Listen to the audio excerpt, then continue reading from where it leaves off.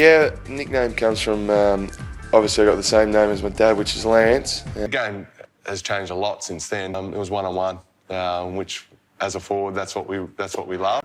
If you could pick any version of Buddy Franklin, which one would it be? The 2007 rookie flashing glimpses of brilliance at Hawthorn? The 2009 goal machine taking the league by storm? Or maybe the 2012 Buddy at the absolute peak of his powers? If forward so dominant he seemed untouchable on any field, you can make an argument for all of them. But without question, I'm taking 2012 Buddy Franklin. His combination of raw power, pinpoint accuracy, aerial dominance, and game-breaking instincts was something AFL fans had never seen before. It was like every version of Buddy rolled into one, and he needed all of it to drag Hawthorn to heights few thought possible. Facing Buddy in 2012 was terrifying. The guy wasn't just a forward, he was a human weapon. And the reason?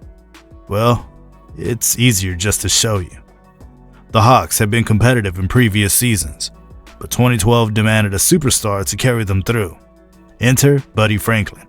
It's a great milestone. It'll be something I'll look back on when I finish my career and be extremely proud of. From round one, he announced himself. Hawthorn faced Geelong. A clash of titans.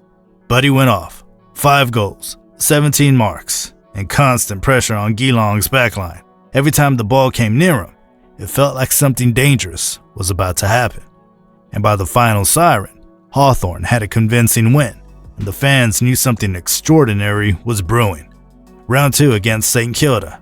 Buddy kicked 6 goals and took 12 marks, including 2 contested grabs that left defenders flat-footed.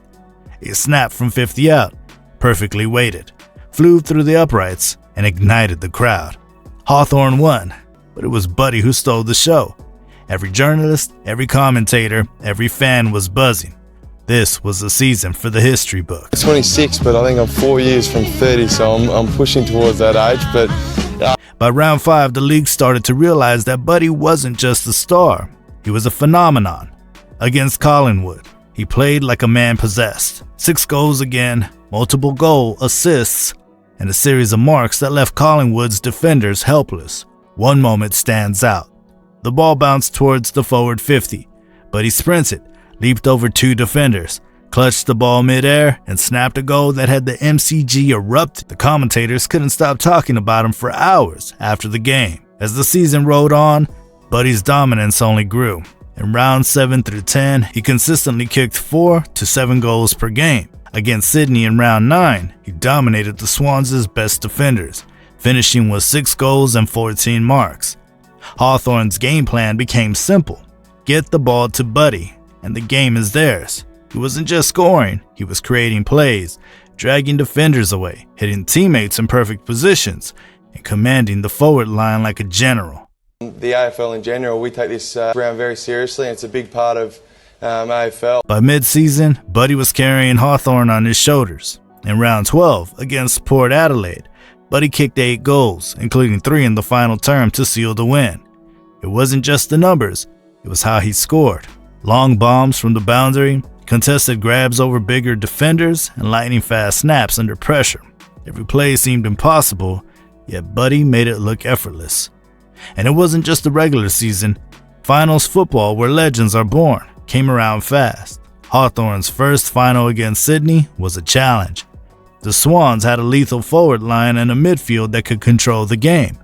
But Buddy, he didn't just play, he dominated. 4 goals, 12 marks, and a series of contested grabs that left the Swans scratching their heads. But from the football club, there was absolutely no pressure at all. They were just go about your business. 1 mark in the pocket with 3 defenders under him, turning and slotting a goal from 50 out.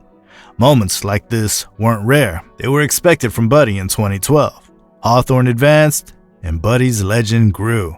The preliminary final against Collingwood was another showcase.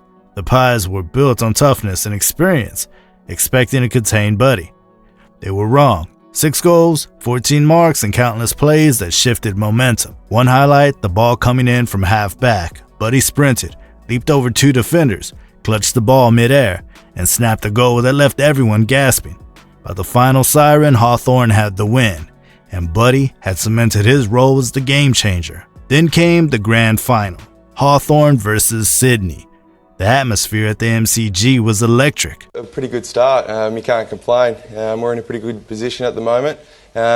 Fans screaming, adrenaline through the roof, but Buddy, calm, focused, dangerous. From the first bounce, he dictated the game. Every forward 50 entry went through him.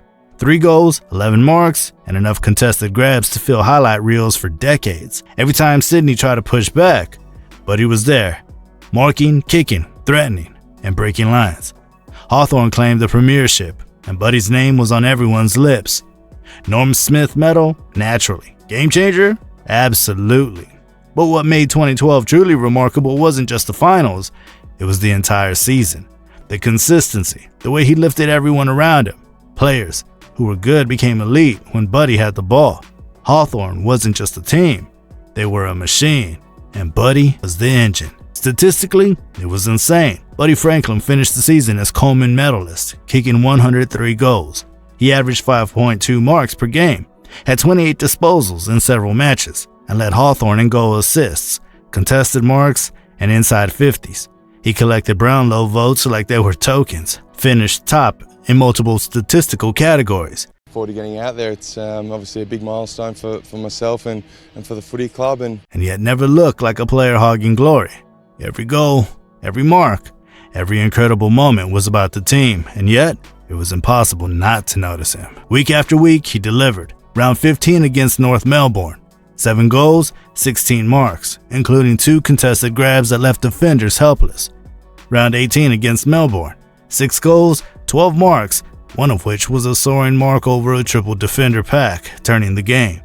Round 21 against Richmond. 5 goals, clutching contested marks, and kicking the winning goal in the final minute. The season was a highlight reel that refused to stop. Fans talk about Buddy 2012 like it's its own era. Not just a season, not just a premiership, but a phenomenon where one man took the game and stretched it to the limits of what we thought possible. yeah, it was just my decision. It was just something I wanted to do, and I wanted to leave it to the end of the season. I know there's going to be Every contested mark, every snap from the boundary, every overhead grab became part of the legend.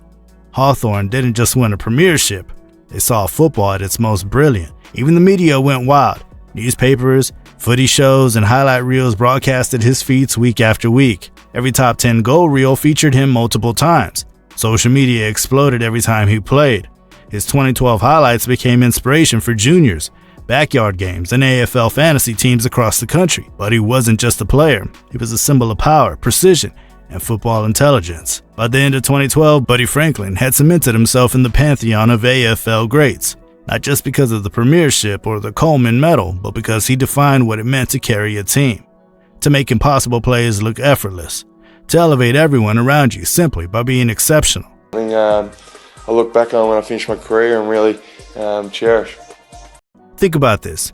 How many times did we see one player single-handedly carry a team through a season in finals? Wayne Carey, Tony Lockett, Gary Albert Sr. All legends, all dominant.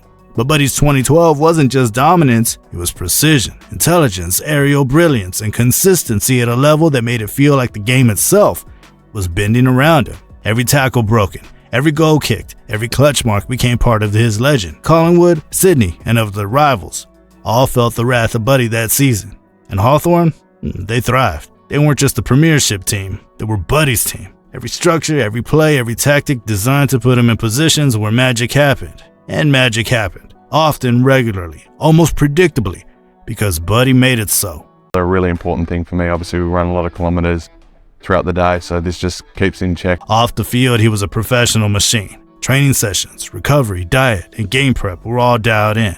He wasn't just physically gifted, he was mentally unbreakable. Opponents feared him because he studied them, anticipated their moves, and executed with terrifying efficiency.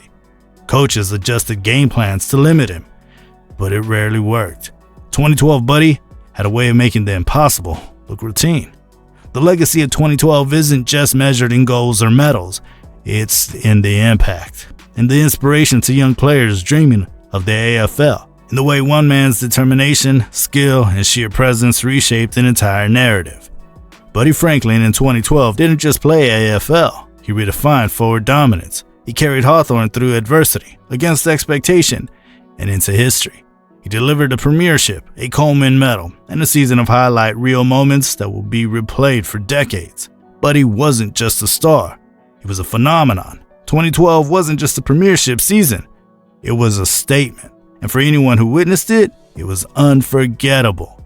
The highs, the drama, the genius, all rolled into a story that AFL fans will tell forever. That's the kind of season that defines a legacy.